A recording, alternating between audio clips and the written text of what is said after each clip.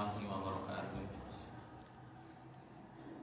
إن الحمد لله نحمده ونستعينه ونستغفره ونعوذ بالله من شرور أنفسنا ومن سيئات أعمالنا.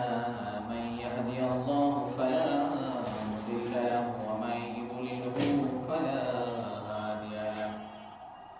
وأشهد أن لا إله إلا الله وحده لا شريك له وأشهد أن محمدا عبده ورسوله الذي أرسله بالحق بشيرا ونذيرا وداعيا إلى الله بإذنه وسراجا منيرا.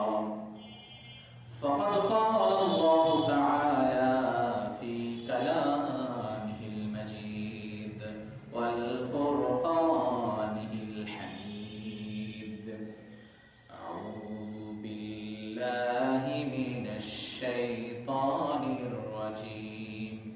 بسم الله الرحمن الرحيم. يا أيها الذين آمنوا اتقوا الله وكونوا مع الصادقين. يا ويلتى ليتني لم يتخذ فلانا خليلا. صدق الله العلي العظيم. আলহামদুলিল্লাহ, সমস্ত প্রশংসা সেই মহান মালিকের দরবারে আদায় করছি, যিনি আপনাকে আমাকে ভালোবেসে সুস্থ রেখে মসজিদে আসার তৌফিক দান করেছেন। সেই জন্য সেই মহা রব্বুল আলামিন দরবারে শুকরিয়া আদায় করছি। সকলে বলি আলহামদুলিল্লাহ। হাজারো দরুদ ও তাসলিম বর্ষিত হোক সেই মানবতার মুক্তির দূত সাইয়্যিদুল মুরসালিন খাতামান নবিয়্যিন আহমদুল মুস্তাফা মুহাম্মদুল মুস্তাফা, সর্বকালের সর্বযুগের সর্বশ্রেষ্ঠ মহামানব, সে আমার আপনার নেতা, বিশ্ব নেতা জনাবে মুহাম্মদ রাসূলুল্লাহ। সকলে বলি সাল্লাল্লাহু আলাইহি ওয়াসাল্লাম। প্রাণপ্রিয় উপস্থিতি, কেমন আছেন সবাই? আলহামদুলিল্লাহ রাব্বিল আলামিন। আল্লাহ তাআলা আমাকেও ভালো রেখেছেন আপনাদের দোয়ায়। আজকে আমাদের আলোচনার বিষয় হচ্ছে জাতীয় নির্বাচনে আমাদের করণীয়। ইমাম, খতিব, যারা আলেম ওলামা, তাদের তো কিছু নসিহত থাকে, তাদের জনগোষ্ঠী মানুষদেরকে সৎ কাজের আদেশ দেওয়া, অসৎ কাজ থেকে বিরত রাখা, কিভাবে আমাদের কোন কাজ করতে হবে এ বিষয়ে নসিহত থাকে কিনা, সেই নসিহতের আলোকেই আমরা কিছু কথা বলি। জাতীয় নির্বাচনে আর 6 দিন পরে আজ আমাদের জাতীয় নির্বাচন হবে। এই নির্বাচনে মুসলমানের করণীয় কি, আমাদের জাতীয় করণীয় কি, কাজটা কি? 1 নম্বর করণীয়, সমাজ থেকে সকল ধরনের সন্ত্রাসী, চাঁদাবাজি, দুর্নীতি, টেন্ডারবাজি, সকল ধরনের ধর্ষণ, খুন, রাহাজানি দূর করে সব যোগ্য মানুষকে নির্বাচিত করার জন্য আমাদের পদক্ষেপ নিতে হবে। 1 নম্বর পয়েন্ট ইনশাআল্লাহ। 2 নম্বর পয়েন্ট, ইনসাফ প্রতিষ্ঠা ও দুর্নীতি নির্মূলের জন্য আমাদের কাজ করতে হবে। এই জন্য আমাদেরকে 3 নম্বর পয়েন্টের দিকে যেতে হবে। অবশ্যই গণভোটে হাত দিতে হবে। এই 3টি বিষয়ের উপরে আলোচনা করব ইনশাআল্লাহুল আজিজ। যারা এই 3টি বিষয়ে আলোচনাকে সহ্য করতে পারে না, যারা এই 3টি বিষয়কে হজম করতে পারবে না, তারা তাদের উত্তরসূরি যারা চলে গিয়েছে, তারা তাদের উত্তরসূরি যারা জালেম ছিল, তাই আমাদের হজম করার সেই হজম শক্তি তৈরি করতে হবে। আগে দাওয়াত খেতে গেলে আগে আদা খাই, গ্যাসের ট্যাবলেট খাই, যাতে করে হজম হয়। আমাদের এই কথাগুলো হজম করতে হবে। আগামী জাতীয় নির্বাচনে আমাদের যে জাতীয় করণীয় কাজ, সেই কাজ থেকে যদি আমরা গাফিল হয়ে যাই, তাহলে আমরা সব থেকে ক্ষতিগ্রস্ত হয়ে যাব। যে ক্ষতিগ্রস্তটা আমাদের 54 বছরে পূরণ হয়নি, সেটা 154 বছরে পূরণ হওয়া সম্ভব নয়। কথা বলে ঠিক কিনা? তাই আমাদের এমন ভাবে পদক্ষেপ নিতে হবে ইনশাআল্লাহ। আগামীর 12 তারিখ হবে জুলুম, নির্যাতন, নিপীড়ন, সকল ধরনের ফ্যাসিবাদ কায়েমের যে চক্রান্ত, সকল কিছুকে আমরা লাল কার্ড দেব ইনশাআল্লাহ। সকল কিছুকে আমরা না যেটা সেটাকে আমরা উড়িয়ে দেবে হা দিয়ে ইনশাআল্লাহ। তাই আমাদের উচিত হবে, আমাদের একটি বিষয় লক্ষ্য করতে হবে। একটি মসজিদে এখন তারাবির ইমাম নিযুক্ত করার জন্য দেখা হচ্ছে, যেমন রমজান মাস, একটা মসজিদে যখন খতিব নির্বাচন করা হয়, একটা মসজিদে যখন পেশ ইমাম নির্বাচন করা হয়, তখন আমরা চারিদিক দেখি ইমাম কেমন, তেলাওয়াত কেমন, আলোচনা কেমন, তার আখলাক কেমন, তার খুলুসিয়াত কেমন, আমলিয়াত কেমন, তার পরিবার কেমন, দেখি না ভাই? দেখি। ইমাম নির্বাচনের ক্ষেত্রে যদি আমরা দেখে থাকি, সেটার দায়িত্ব নেবে মাত্র 100, 200, 500 জন। যদি এত কিছু দেখে থাকি, একটা ইমামের বিরাজ করেছে কিনা, দাঁতে সাদা আছে কিনা, ভালোভাবে ওযু করতে জানে কিনা, ইমাম নির্বাচনের ক্ষেত্রে যদি এত কিছু দেখা লাগে, যে গোটা রাষ্ট্রের ইমাম হবে, যে 56,000 বর্গ কিলোমিটারের ইমাম হবে, তাকে আমাকে কেমন ভাবে দেখতে হবে? ন্যায় ও ইনসাফের এই মানদণ্ড। কথা বলেন ঠিক কিনা? এই দাড়ি আমাদের আগে ঠিক করতে হবে, এই মাপকাঠিটা আমাদের ঠিক করতে হবে, ওজনের যে মেজারমেন্ট এটা আমাদের ঠিক করতে হবে। আমি কিভাবে তাদেরকে চিনব? সে যেই দলেরই হোক, সে যেই পক্ষেরই হোক, তার ভিতরে যদি এই গুণগুলো থাকে, সে আমার পক্ষের লোক। আর তার ভিতরে যদি এই গুণগুলো না থাকে, তার আমি জন্মের বিরোধী করব, জন্মের আমি পক্ষান্তরবর্তী হয়ে যাব, যদি তার ভিতরে এই গুণগুলো না থাকে। আল্লাহ তাআলা বলেন, ইয়া আইয়ুহাল্লাযীনা আমানুত্তাকুল্লাহা ওয়া কুনু মা'আস সাদিকিন। আল্লাহ রাব্বুল আলামিন বললেন, হে ঈমানদারগণেরা, তোমরা আমাকে ভয় করো, তোমরা আমাকে ভয় করো, ওয়া কুনু মা'আস সাদিকিন, এবং সত্যবাদীদের সঙ্গে থাকো। সত্যবাদী কারা? এটা তো আমাদের খুঁজে বের করতে হবে।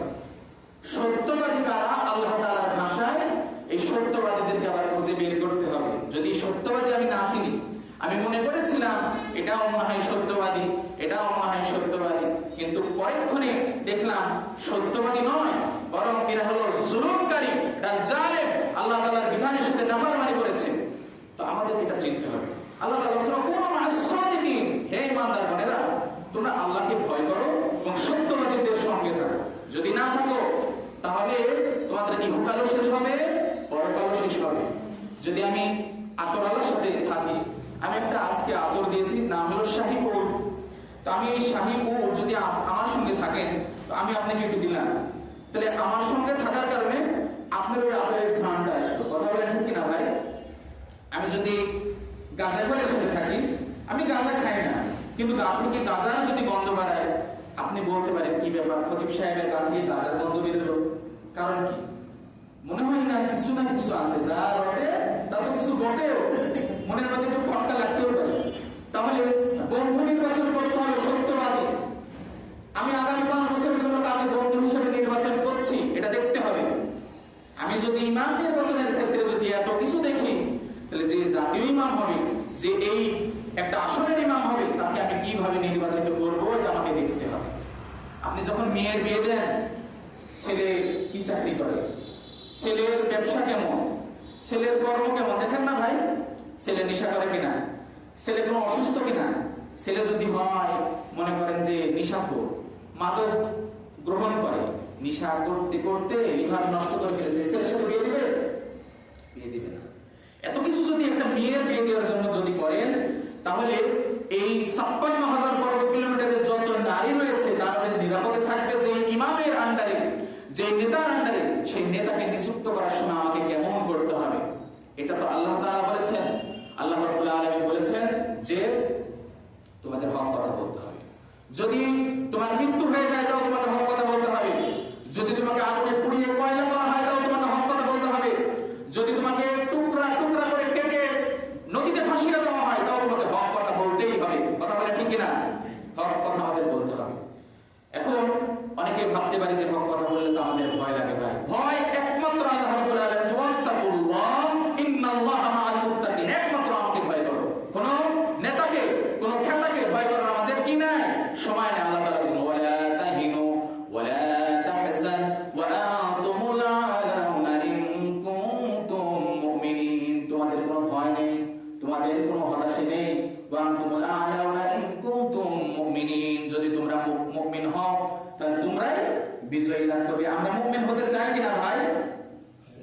মুমিন হতে চায়। মুমিনের গুণ আল্লাহ তাআলা সূরাতুল মুমিনুনের মধ্যে বলেছেন। এই গুণগুলো যাদের ভিতরে রয়েছে আল্লাহ তাআলা বলেছেন উলাইকা হুমুল ওয়ারিসুন, এরা হলো আমার সেই ওয়ারিস প্রাপ্ত বান্দা।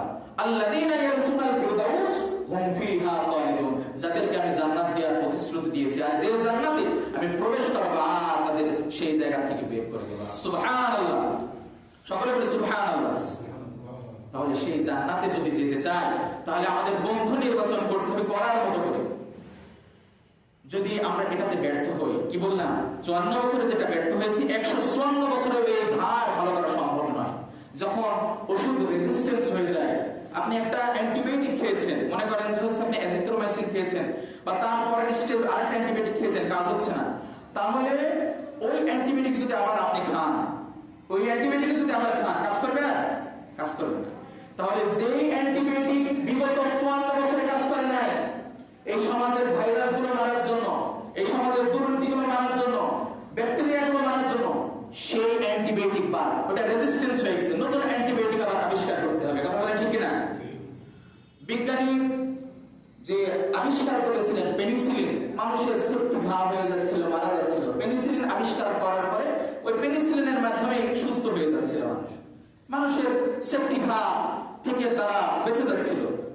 কিন্তু কালের পরিক্রমায় যখন মানুষ অ্যান্টিবায়োটিক খাইতে খাইতে খাইতে দেহের মধ্যে অ্যান্টিবডি রেজিস্ট্যান্স হওয়া শুরু হলো, তখন সাধারণ আর অ্যান্টিবায়োটিকের কাজ করে না। আপনি ব্রয়লার মুরগি খাচ্ছেন, তার মধ্যে অ্যান্টিবায়োটিক দেওয়া আছে। আপনি গরুর গোশত খাচ্ছেন বাজার থেকে নিয়ে আসেন, তার মধ্যে অ্যান্টিবায়োটিক নামক কিছু ওষুধ খাওয়ানো হয়েছে, যে কারণে আপনি খাবার খাচ্ছেন সবকিছু অ্যান্টিবায়োটিক প্রসেসড ফুড। আপনি তখন ওই পেনিসিলিনের মতো নরমাল কোনো অ্যান্টিবায়োটিক আর কাজ করছে না। সমাজে ওই যে মাতবার টাইপের যে মানুষগুলো ছিল, যাদের কথাতেই সমাজ ঠিক হয়ে যেত, ওই পেনিসিলিন নামক ওই ধরনের অ্যান্টিবায়োটিকে আর কাজ হচ্ছে না। অ্যাজিথ্রোমাইসিনও রেজিস্ট্যান্স হয়ে গেছে। এখন লাগবে কি তার থেকেও শক্তিশালী অ্যান্টিবায়োটিক লাগবে। যদি না থাকে আমাদের ওই সংবিধানই বাতিল করতে হবে, নতুন সংবিধান লিখতে হবে। কথা বলে ঠিক কিনা? যে সংবিধান লেখার জন্য নতুন ভাবে ভোটের মাধ্যমে নতুন ভাবে যে সংবিধান আমাকে হত্যা করে, যে সংবিধান আইনাঘাত তৈরি করে, যে সংবিধান মানবতার কি থাকে না, কোন রকমের মর্যাদা থাকে না, মানুষ তার রাষ্ট্রে সম্মানের সাথে ইজ্জতের সাথে বসবাস করবে, তার অধিকার হরণ হয়ে যায়, সেই সংবিধানের আমার কোনো প্রয়োজন নেই। কথা বলেন ঠিক কিনা? সংবিধান তৈরি হয়েছে রাষ্ট্রের জন্য, সংবিধান তৈরি হয়েছে জনগণের জন্য, সংবিধান তৈরি হয়েছে মানবতার জন্য। যে সংবিধান মানুষের জন্য, জনগণের জন্য, মানবতার জন্য হুমকি, সেই সংবিধান আমাদের কোনো প্রয়োজন নাই। সেই সংবিধানকে আমরা ভোট দিয়ে বঙ্গোপসাগরে ফেলে দেবো ইনশাআল্লাহ। কথা বলে ঠিক কিনা? ইনশাআল্লাহ। তাই আমাদের উচিত হবে বন্ধু নির্বাচনের ক্ষেত্রে আগামী 5 বছরে কার সঙ্গে আমি বন্ধুত্ব করব, এই সিলেকশনটা আমি যদি সঠিকভাবে না করতে পারি, তাহলে আপনি মনে করেন আপনার মেয়েকে আপনি জেনে শুনে এক নেশাখোরের সাথে বিয়ে দিয়েছেন।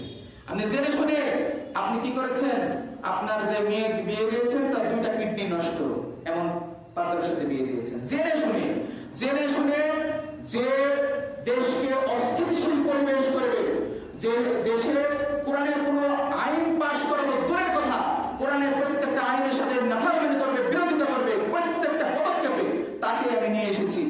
কি করেছে? শিয়ালকে হায়ার করেছে। ভাই আমি তো 2 দিন বাড়িতে থাকবো না, অর্থাৎ 5 বছর বাড়িতে থাকবো না, তুমি আমার এই মুরগিগুলো দেখে রেখো। শিয়াল বলে মাশাআল্লাহ ভাই, কোনো সমস্যা নেই, তুমি যাও, তোমার যে মুরগির যত পাল হবে, যত বাচ্চা হবে, এই বাচ্চাও দেখাশোনা করবো, এমনকি ডিমও দেখাশোনা করবো। শিয়ালের কাছে মুরগি আদি দিলে যা হয়, আগামী 5 বছর যদি সঠিক বন্ধু নির্বাচন না করতে পারি, তার থেকে ভয়ানক দুরবস্থা তৈরি হবে। কথা বলেন ঠিক কিনা ভাই? ইনশাআল্লাহ আমাদের এমন অবস্থান তৈরি করতে হবে, আমাদের এমন অবস্থান তৈরি করতে হবে যাতে করে কোনো জালিমবাজ, কোনো জুলুমবাজ আর নতুন করে মাথা চাড়া দিয়ে না উঠতে পারে ইনশাআল্লাহ। আমাদের সময় এখন, এই সময়টা যদি কাজে না লাগাই, আল্লাহ তাআলা বলেছেন আল্লাযী খালাকাল মাউতা ওয়াল হায়াতা লিয়াবলুয়াকুম আইয়ুকুম আহসানু আমালা। হে আমার বান্দারা, আমি তোমাকে সৃষ্টি করেছি নির্দিষ্ট একটা সময় দিয়ে, খালাকাল মাউতা, আমি মৃত্যুটা নির্ধারণ করেছি, ওয়াল হায়াতা, তারপরে ছোট্ট একটা হায়াত দিয়েছি। এই সময়কে যদি কাজে না লাগাই, এই 6টা দিন আর সময় রয়েছে, এই 6টা দিনের মধ্যে যদি আপনি আপনার বন্ধুকে চিনে না নিতে পারেন, তাহলে ইনশাআল্লাহ যে ক্ষতিটা হতে যাচ্ছে, এই ক্ষতি আর আপনি পোষাতে পারবেন না। আল্লাহ তাআলা বলেন হাশরের ময়দানে আমি ডাক দেব তার নেতা সহ, আল্লাহ তাআলা কোরআনের দলিল, আমি ডাক দেব তার নেতা সহ তুমি তাকে কি বলে আদেশ দিয়েছিলে? তারা বলবে যে আল্লাহ, যদি আমাকে জাহান্নামে যাওয়াই লাগে, আমার ওই নেতাকে ডাক দেন, যার আদেশে আমি অপকর্ম করেছি, যার আদেশে আমি দুর্নীতি করেছি, চাঁদাবাজি করেছি, হত্যা করেছি, টেন্ডারবাজি করেছি, সকল কিছু করেছি, ওই নেতাকে ডাক দেন। জাহান্নামে যদি যাওয়াই লাগে, ওকে আগে পাপোশ বানান, আমি তাকে পায়ের তলে পিষে তারপরে জাহান্নামে যাব। এমন লাঞ্ছনার যদি সেই দিন আমি না আনতে চাই, তাহলে এক্ষুনি আমাকে পদক্ষেপ নিতে হবে। এক বিলিয়নারকে জিজ্ঞেস করেছিল যে স্যার, আপনি তো অনেক দরিদ্র ছিলেন, এত অবস্থানে ভালো গেলেন কি করে?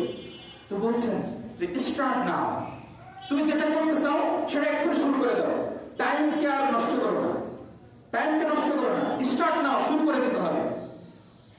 তো আমাদের এখন শুরু করে দিতে হবে যে আমরা আমাদের দেশকে, আমরা আমাদের এই জাতিকে কিভাবে পরিবর্তন করতে চাই, কিভাবে সংশোধন করতে চাই, কিভাবে সবকিছু করতে চাই।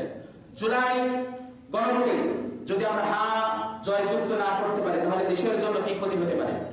যারা এই কথাগুলো হজম করতে পারবে না, আমি মনে করি তাদের চিংড়ি মাছ খেলে অ্যালার্জি যেমন হয়, ঠিক সব কথা ভালো লাগতো, সব আলোচনা ভালো লাগতো, সব কথার প্রতি আমার প্রতি মহব্বত হতো, কিন্তু এই চিংড়ি মাছ নামক এই কথাগুলো যখন শুনছে, তার অ্যালার্জি রিঅ্যাকশন শুরু হয়ে গেছে। বুঝতে হবে তার অ্যালার্জি সমস্যা আছে, অ্যান্টিহিস্টামিন খাওয়া লাগবে। অ্যান্টিহিস্টামিন খাওয়া লাগবে। আপনি কি ফেলসো খান, আপনি কি খান, বিল্ডিং খান, কাজ হবে। কোরআনের জ্ঞান যদি না থাকে, আপনি আল্লাহ তাআলার সাথে নাফরমানি করবেন। কথা বলেন ঠিক না ভাই? কোরআনের জ্ঞান যদি না থাকে, আপনি না, আমি না, পৃথিবীর শুরু থেকে একদল চলে গেছে তাওহীদের পক্ষে, আর একদল চলে গেছে কিসের পক্ষে? বাতিলের পক্ষে। একদল চলে গেছে মূসার পক্ষে, আর একদল চলে গেছে ফেরাউনের পক্ষে, একদল চলে গেছে নমরুদের পক্ষে, আর একদল চলে গেছে কিসের পক্ষে? ইব্রাহিম আলাইহিস সালামের পক্ষে। একদল চলে গেছে আবু জাহেলের পক্ষে, আর একদল চলে গেছে মুহাম্মদ রাসূলুল্লাহ সাল্লাল্লাহু আলাইহি ওয়াসাল্লামের পক্ষে। একদল চলে যাবে জালিমের পক্ষে, আর একদল চলে যাবে কিসের পক্ষে? ইনসাফের পক্ষে। আমরা কিসের পক্ষে যেতে চাই? আমরা ইনসাফের পক্ষে যেতে চাই। দেশের ন্যায় ও মানবিক রাষ্ট্র গঠনের জন্য, ইনসাফ প্রতিষ্ঠার জন্য যা যা করা লাগে ইনশাআল্লাহ তাই করবো ইনশাআল্লাহ। আমাদের যদি শাহাদাতের তামান্না নিয়ে আমরা মাঠে থাকবো, যদি আমাদের মৃত্যু হয়ে যায়, আমাদের এই জীবনকে যদি শাহাদাতের মাউত যদি চলে আসে, আমরা তা পরোয়া করবো না। আল্লাহুম্মা রযুকনা শাহাদাতান ফি সাবিলিক ওয়াজআল মাউতি ফি বালাদি রাসূলিক। রাসূলুল্লাহ সাল্লাল্লাহু আলাইহি ওয়াসাল্লাম দোয়া করতেন, সাহাবী আজমাইনরা দোয়া করতেন, হায় আল্লাহ, আমাকে শাহাদাতের মৃত্যু দাও। যদি শাহাদাতের তামান্না চলে আসে, শাহাদাতের মৃত্যু যদি চলে আসে, দেশ গঠনে, জাতি গঠনে, ন্যায় ও ইনসাফ প্রতিষ্ঠার ক্ষেত্রে পুরোভাবে ছাড়তে হবে ইনশাআল্লাহ। কথা বলেন ঠিক না ভাই? এই দেশে আমি থাকবো না, আপনি থাকবেন না, আপনার ছেলে সন্তান থাকবে, তারাও একদিন মারা যাবে, কিন্তু এমন একটা পরিবেশ তৈরি করতে হবে, এই পরিবেশটা যেন সুন্দর থাকে, এই পরিবেশটা যেন সুশৃঙ্খল থাকে। এই কথাগুলো যারা বুঝে না, সবকিছু বুঝে, কিন্তু এই ন্যায্য কথাগুলো বুঝে না।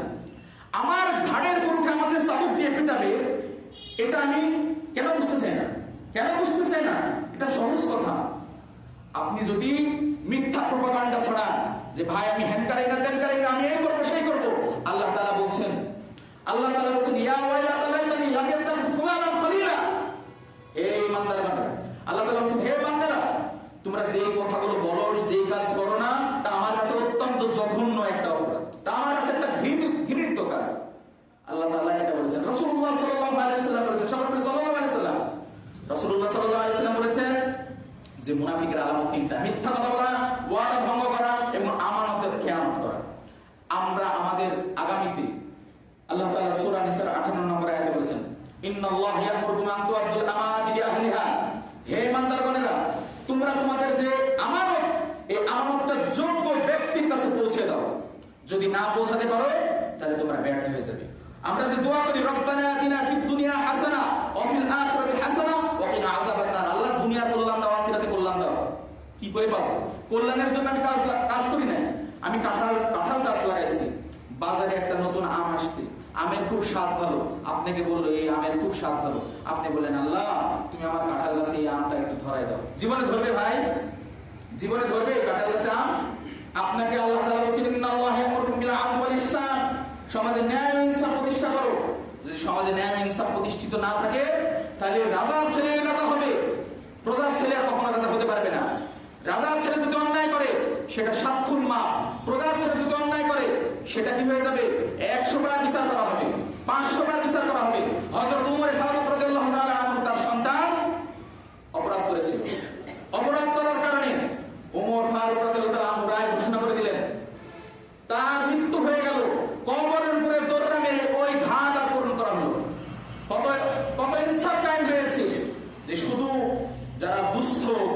যারা দুর্বল তাদের উপরে বিচার করা হবে, কিন্তু শাসকের সন্তান বিচার আওতায় আসবে না, এমন হতে পারে না। এটা নাম ইনসাফ, এটা নাম ইনসাফ। ইনসাফ, এই ইনসাফ যদি না থাকে তাহলে হলো না। আপনি আমার হাত কেটেছেন, আপনাকে আমি 20,000 টাকা দিলাম, 20,000 টাকা বনাম হাত সমান সমান হতে পারে? হতে পারে ভাই? আপনি আমার ভাইকে হত্যা করেছেন মাথায় গুলি করে, আপনাকে আমি 2 লাখ টাকা দিয়ে দিলাম, সমান সমান হতে পারে?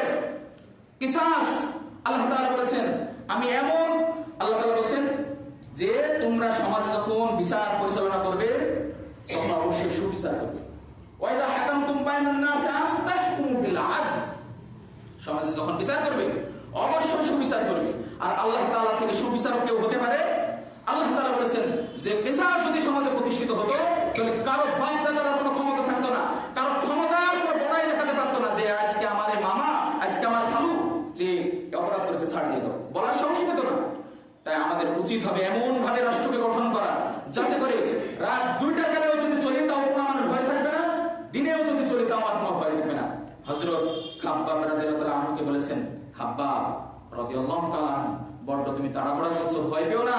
এমন একটা দিন, এমন একটা সময় আসতে যাচ্ছে মুসলমানের জন্য যে সানা থেকে হাজরামাউত পর্যন্ত একটা নারী চলবে, তার দিকে কেউ তাকানোর সাহস পাবে না। সেই সময়, সেই সোনালী সময়টাকে আমরা আনতে চাই কিনা বলেন?